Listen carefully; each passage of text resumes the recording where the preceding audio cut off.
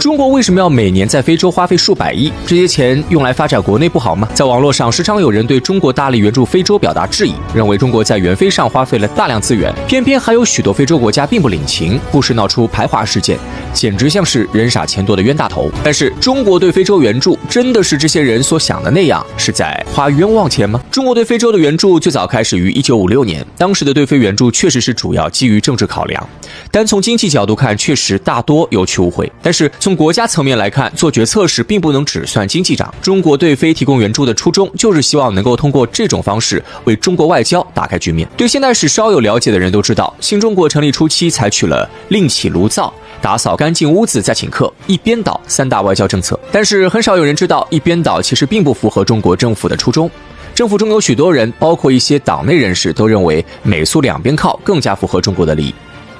而在美国那边，尽管在共产党和国民党之间，美国肯定更喜欢买办性质浓厚的国民党蒋介石政府。在内战当中，美国也确实执行的是扶蒋反共的政策。但随着解放战争的进展，美国人也意识到蒋介石政府腐朽腐败，不得民心，已经难以维持其统治。美国需要重新制定其对华政策。考虑到当时苏联才是美国的最大威胁，美国最初想要拉拢新中国的，至少不要让新中国加入苏联一边。双方都有握手言和的意图，也通过各种渠道进行了一些接触。在接触中，美国提出，只要中共愿意承担国际义务，接受国民党政权与其他国家签订的条约，美国就愿意带头承认共产党中国，并为中国提供一定的援助。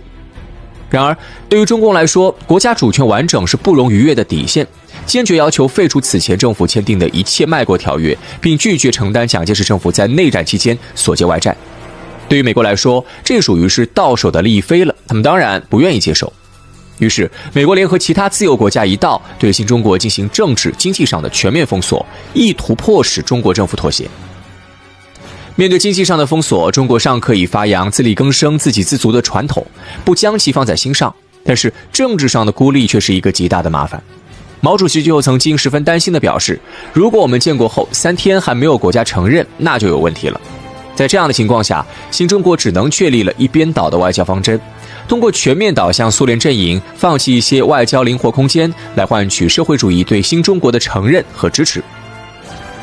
但是新中国的外交如果只能局限于社会主义阵营，就难免会出现受制于苏联的情况。中国还需要在其他方向上打开局面。在此背景下，中国将目光投向了同样遭受了西方殖民压迫的广大亚非拉地区。1954年，首次亚非国家会议在万隆召开，中国借机实现了与非洲国家之间的第一次直接接触。万隆会议期间的交流加深了中非之间的了解。会议结束之后，原本因美西方宣传而对中国存在戒心的非洲国家抛弃了过往成见，开始与中国交往。中国为巩固与非洲国家之间的关系，也是出于对世界人民反抗殖民统治的支持。即便当时的中国也堪称一穷二白，中国还是在苏伊士运河战争、阿尔及利亚民族解放战争和刚果事件当中，向非洲国家提供了无偿援助。在中苏关系出现恶化之后，中国外交上陷入了美苏两面夹击的严峻的局势，迫切需要打开新的突破口。在此情景之下，中国迫切需要发展与亚非拉国家的外交关系，来扩展中国的外交空间，而外援就会是中国争取这些国家的好感和支持的重要手段。而且在中国初代领导团体看来，我们对兄弟国家和新独立国家进行援助，把他们的力量加强了，反过来就是削弱了帝国主义的力量，这对我们也是巨大的支援。在这种思想的指导下，20世纪60年代起，中国进一步加大了对非洲国家的援助力度，并确立了对外援助8项原则。在8项原则当中，中国明确中方与受援国之间的关系是平等的，中国外援不会附加任何条件，并保证中方将提供自己所能够拿出的最好的物资技术。在执行过程当中，中国也切实贯彻了8项原则的精神。中国的早期援建项目，如坦赞铁路、索马里北部公路，都是按照当时中国所能实现的最高标准建造的，至今仍能够正常使用。这种真诚友善、不谋私利的态度，为中国博得了受援国政府和人民的广泛赞扬，与中国的友谊不断加深。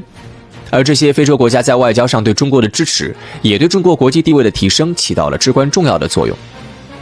中国能够收回一直被蒋介石政府窃居的联合国席位，就少不了非洲国家的帮助。在这一时期，中国对包括非洲在内的广大第三世界国家的援助确实存在超出国力负担的问题。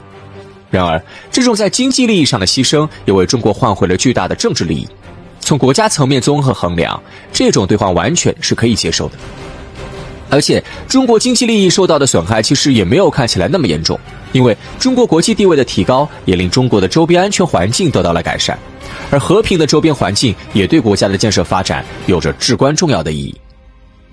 随着11届三中全会的召开，中国政府重新判断了中国所面临的国际国内形势，将工作重心转移到经济建设上之后，之前援非工作中给中国自身造成负担的问题也得到了纠正。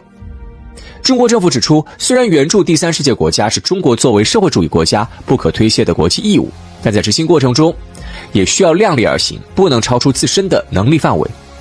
在这之后，中国对外提供援助时加大了对市场作用的重视，援助中无偿赠款所占的比例较此前出现了较大幅度的缩减，更多的是以贷款形式进行，而这些贷款都是需要被偿还的。同时，中国在设置援助项目时的考量也发生了一定的变化，由之前的关注受援国利益转为要能推动受援国的经济发展之外，也要有利于中国国内的经济建设。同时，随着中国改革开放的不断深化，投资在中国援非项目中所占的比例也在不断扩大。这种投资是中国企业走出去的重要组成部分，更是将企业自身的利益和发展作为主要考量，大多能够获利，并且投资的过程也促进了中国的企业成长。虽说其中也有亏损的项目，但这也是市场经济当中的正常情况，完全不能因为这些亏损就认为中国是当了冤大头。然而，许多质疑者却认定，以非洲的贫困落后，除了自然资源就不能为中国提供什么有价值的回馈，认为中国在非洲资源大多被西方把持的情况下，对非洲进行投资，就是上赶着去当冤大头，变相给非洲送钱。这些人之所以会产生这种想法，很大程度上是因为欧美对非洲援助的失败。虽然提起非洲时，人们的第一反应都是贫穷，但是事实上，非洲其实并不缺钱。不提非洲拥有丰富的自然资源，光是其他国家向非洲提供的各种援助，就是一个令人瞠目结舌的数字。在2000年之前，西方国家就已经向非洲提供了总计超过1万亿美元的援助。按道理说，接受了这么多的援助，非洲的基础再怎么差劲，也该发展起来了。毕竟，二战中被打到稀烂的西欧，在接受了总金额130亿美元的马歇尔计划援助后，就恢复了世界经济强国的实力。然而，现实却是，非洲在接受了这么多的援助之后，却一点也没变得比收援前更好，甚至情况还更加糟糕了。由于人道主义思潮的兴起，20世纪80年代，欧美对非洲的援助迎来了一个高峰期。然而，根据世界银行的统计数据，1980年到1990年间，非洲贫困率反而从43%上涨到了56%。这种违背常理的越帮越穷的现实，让很多人对非洲感到了失望，并由此判定非洲人懒惰到无可救药，认为非洲能拿出手的只有上天赐予的资源，在其他方面没有投资的价值。但非洲越帮越穷的原因，真的是非洲人自身不争气吗？在对欧美对非援助情况进行了仔细的研究之后，越来越多的经济学家开始认为，事实上正是因为欧美畸形的援助，导致了非洲贫困的加剧。诺贝尔经济学奖获得者阿马蒂亚森曾提出过一个观点，认为非洲的饥荒与欧美的粮食援助直接相关。欧美每年向非洲提供大量资金，指定必须用于购买粮食，不买这笔钱呢，就只能白白放着，谁会选择让这笔钱浪费呢？既然有了这笔从国外购粮的专款，那国内的农业发展也就没有那么重要了。在此思想的影响下，非洲国家普遍对国内的农业缺乏重视，因此明明非洲的土地肥沃程度可以与东三省相比，可耕种土地面积也比中国要大得多，人口数量还长期不及中国。然而，中国可以实现粮食的自给自足，非洲却在常年大量进口粮食的情况下，依然有超过20%的人受到饥饿的困扰。粮食如此，工业品与其他的生活用品又何尝不是？欧美的慈善人士常常打着人道主义的旗号，向非洲捐赠一大批物资，来彰显自己的善良和爱心。这种短期内的超量供应，令当地在一段时间内对相关产品没有了需求，当地生产的产品就卖不出去了。这对于当地刚刚起步的相关生产行业，无疑是毁灭性的打击。产品卖不出去，工厂只能破产，工人也因此失业，变得更加贫穷。因工人消费而产生的服务业也失去了生存空间。这样的援助名为援助，实则是破坏了当地的发展机会。甚至对于那些接受了援助物资的人来说，他们的生活也并没有因为这些免费物资而变得宽裕一些，因为这些慈善人士往往是打过卡就走，不会每年都来捐赠。在这批物资用完之后，这些人会发现，由于本地产业破产，他们再需要时只能买高价进口产品，在这些项目上花的钱好像还更多了。赞比亚经济学家丹比萨·莫约针对欧美对非援助情况写了一本书，名为《援助的死亡》，其中这样描述非洲所面临的情况：我们生活在被援助包裹的环境里，久而久之，我们以为接受援助是我们唯一能做的事情。那非洲国家自身有没有意识到这个问题，向欧美请求一些对非洲长期发展有帮助的援助呢？事实上，有不少非洲国家都曾请求欧美帮忙建设基础设施，期望能够带动经济的长期发展。然而，欧美对非洲的援助从来都是从自身的利益出发，根本不考虑非洲的现实需要。二战后，欧洲确实在非洲建设了一些铁路和公路，但是这些道路却只连通欧美在殖民非洲期间所经营的传统矿区与经济作物产地，并不关注非洲所需要的地区联通。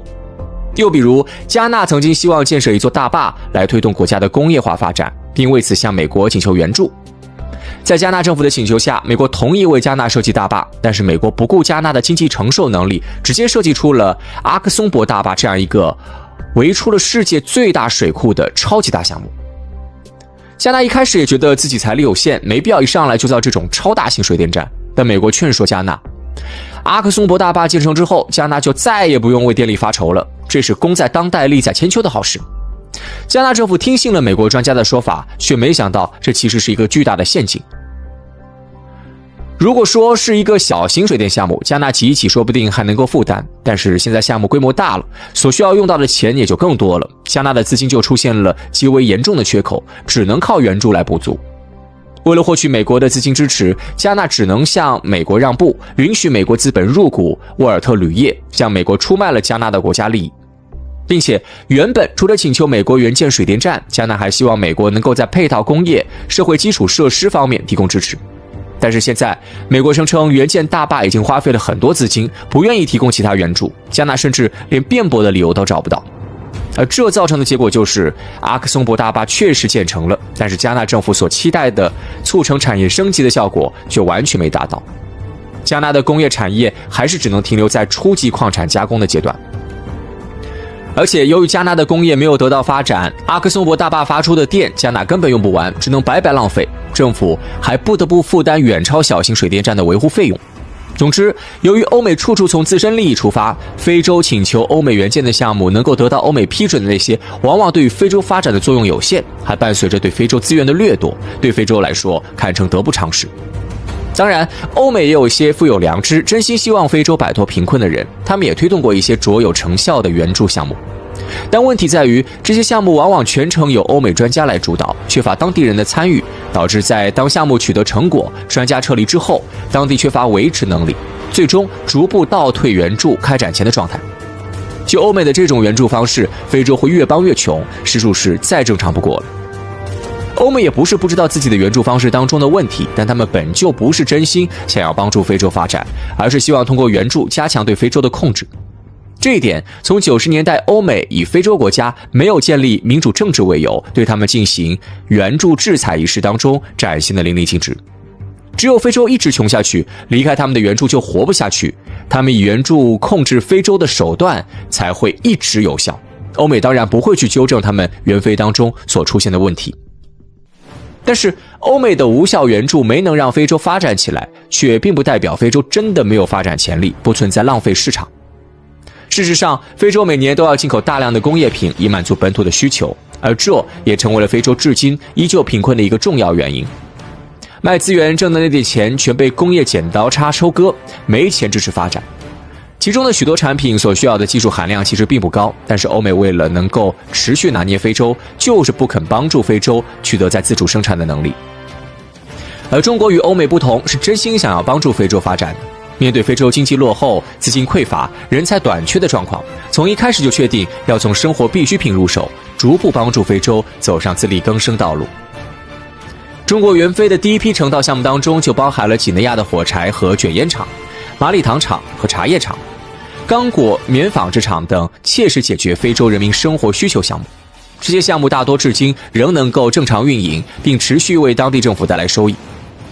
如今中国的对非投资，尤其是在进入21世纪以来，在对非投资中占比不断上升，中小型民企对非投资其实也大多集中在生活用品领域。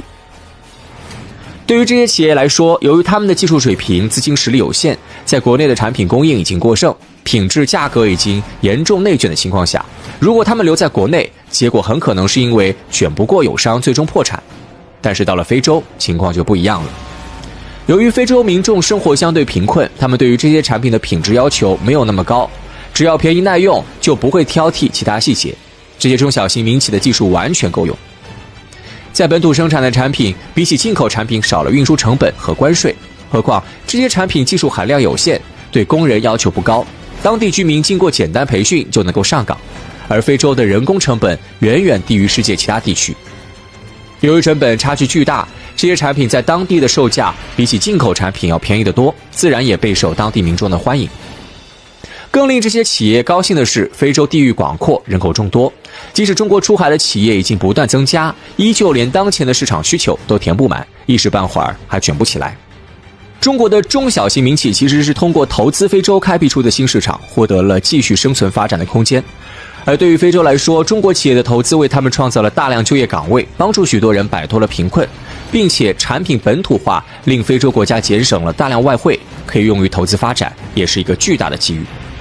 当然，有人会质疑，小型项目能够赚钱有什么用啊？一个大型基建项目消耗的资金抵得上数百个小型项目，这些基建项目的成本收不回来呀。比如中国援非的里程碑项目坦赞铁路长期处于亏损状态，最后中国考虑到这种情况，免除了坦赞两国的还款义务。但是事实上，只要认真规划、合理运营，基建项目是可以做到兼顾国家发展与项目盈利的。坦赞铁路项目建设时间是20世纪70年代，那时期我们的对外援助主要关注的是反殖民，也就是项目的建设对受援国家摆脱西方控制有多大作用，经济效益是被放在次要地位的。因此，即便各方都判断坦赞铁路本身大概率会亏损，但是考虑到铁路建成之后，赞比亚的出口就不会再受制于西方资本，并且在西方的反对下完成这项工程会鼓舞非洲独立运动，中方还是决定要援建这条铁路。即便是这样一条本就不指望盈利的铁路，在20世纪80年代，中国调整援助方式，派出专家帮忙运营后，也一度扭亏为盈，成为非洲运营状况较好的铁路之一。进入21世纪之后，由于赞比亚铜加工产业的发展，坦赞铁路的运量大幅度下滑，加之坦赞铁路年久失修，列车晚点已成常态，这才又陷入了亏损运营的状态。面对这种局面，中国与坦赞两国也在商讨是否能够通过翻修升级铁路、改革运营模式等方式，让坦赞铁路焕发出新的生机。坦赞铁路尚且如此，改革开放后那些更加注重经济效益的援建项目就更加不会吃亏了。诚然，由于非洲地广人稀且城市化水平较差，新修基建对投资需求大，建成后的使用需求却不多，这也是当初欧美不愿意帮助非洲实现地区联通的一个重要原因，看不到利润。但是中国在非洲的投资不只有基建项目，还有大量的工业产业，工厂生产出来的产品不可能只在周边售卖，正好对交通运输有需求，中国便顺势将两者结合，把投资的工业项目放在基建项目沿线。这样一来，工厂生产的产品对外运输成本下降了，基建项目的盈利也得到了保障。只要能够盈利，项目回报周期再长，对于那些承建项目的大型国企来说都不是问题，有国家兜底的中国国企完全等得起。而且对于承担了更多的国家义务的国企来说，在投资时最关注的本就不是短期利润，而是长期回报和社会价值。营销界有这么一句话，三流企业做产品，二流企业做品牌，一流企业做标准，谁掌握了标准的制定权，谁就能够在市场竞争中占据主动。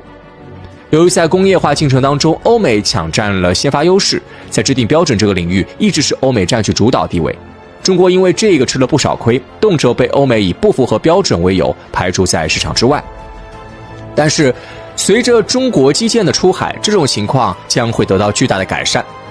中国援建非洲的基础设施和相关配套都是中国标准，并且为了配套，这些国家未来的基础建设项目也必将继续沿用中国标准。中国企业是在通过援建项目将中国标准推向海外。虽然发达程度不及欧美，但是第三世界的市场总量却比欧美大得多。如果整个第三世界都更加认同中国标准，那么中国标准就是真正的世界标准了，这其中的利益将是不可估量的。即使不考虑标准输出，仅考虑到援非基建能够为中国产品开拓出的市场，就足够中国国企承担起这份责任。作为知名的世界工厂，在欧美大搞贸易保护主义的今天，中国许多企业因此受到了不利影响，急需为自己的产品寻找新销路。非洲拥有14亿人口，是一个巨大的潜在市场。然而，由于非洲的贫困落后，绝大多数非洲人消费能力极为有限不说，生产和消费还都局限在很小的区域内，很难与外部产生互动。而基建正能够有效地解决这一问题。基建对经济的带动作用能够提高非洲的消费能力，而基建的联通作用本身让当地能够与外界产生更加积极的互动。如此一来，中国的产品就能够顺利进入非洲市场，那些因产品卖不出去而陷入困境的国内企业也能够起死回生，这对国家的经济发展和社会稳定都有十分重要的意义。即便是知道对非投资对中国来说有利可图，依然有些人对中国援非心存疑虑。非洲利用中国投资复制中国的产业升级之路，未来成为中国的对手。尤其是在非洲偶尔发生排华事件时，网络上总会响起一阵非洲人忘恩负义，发展起来说不定还要给中国捅刀，还是别帮这些白眼狼，把钱用在国内发展上更好的声音。那么这些人的担忧有道理吗？不得不说，这些人实在是太高看非洲，也太看清中国了。中国能够完成产业升级，成为唯一一个突破西方中心边缘体系限制的国家，很大程度上是要归功于中国强大的国家治理能力。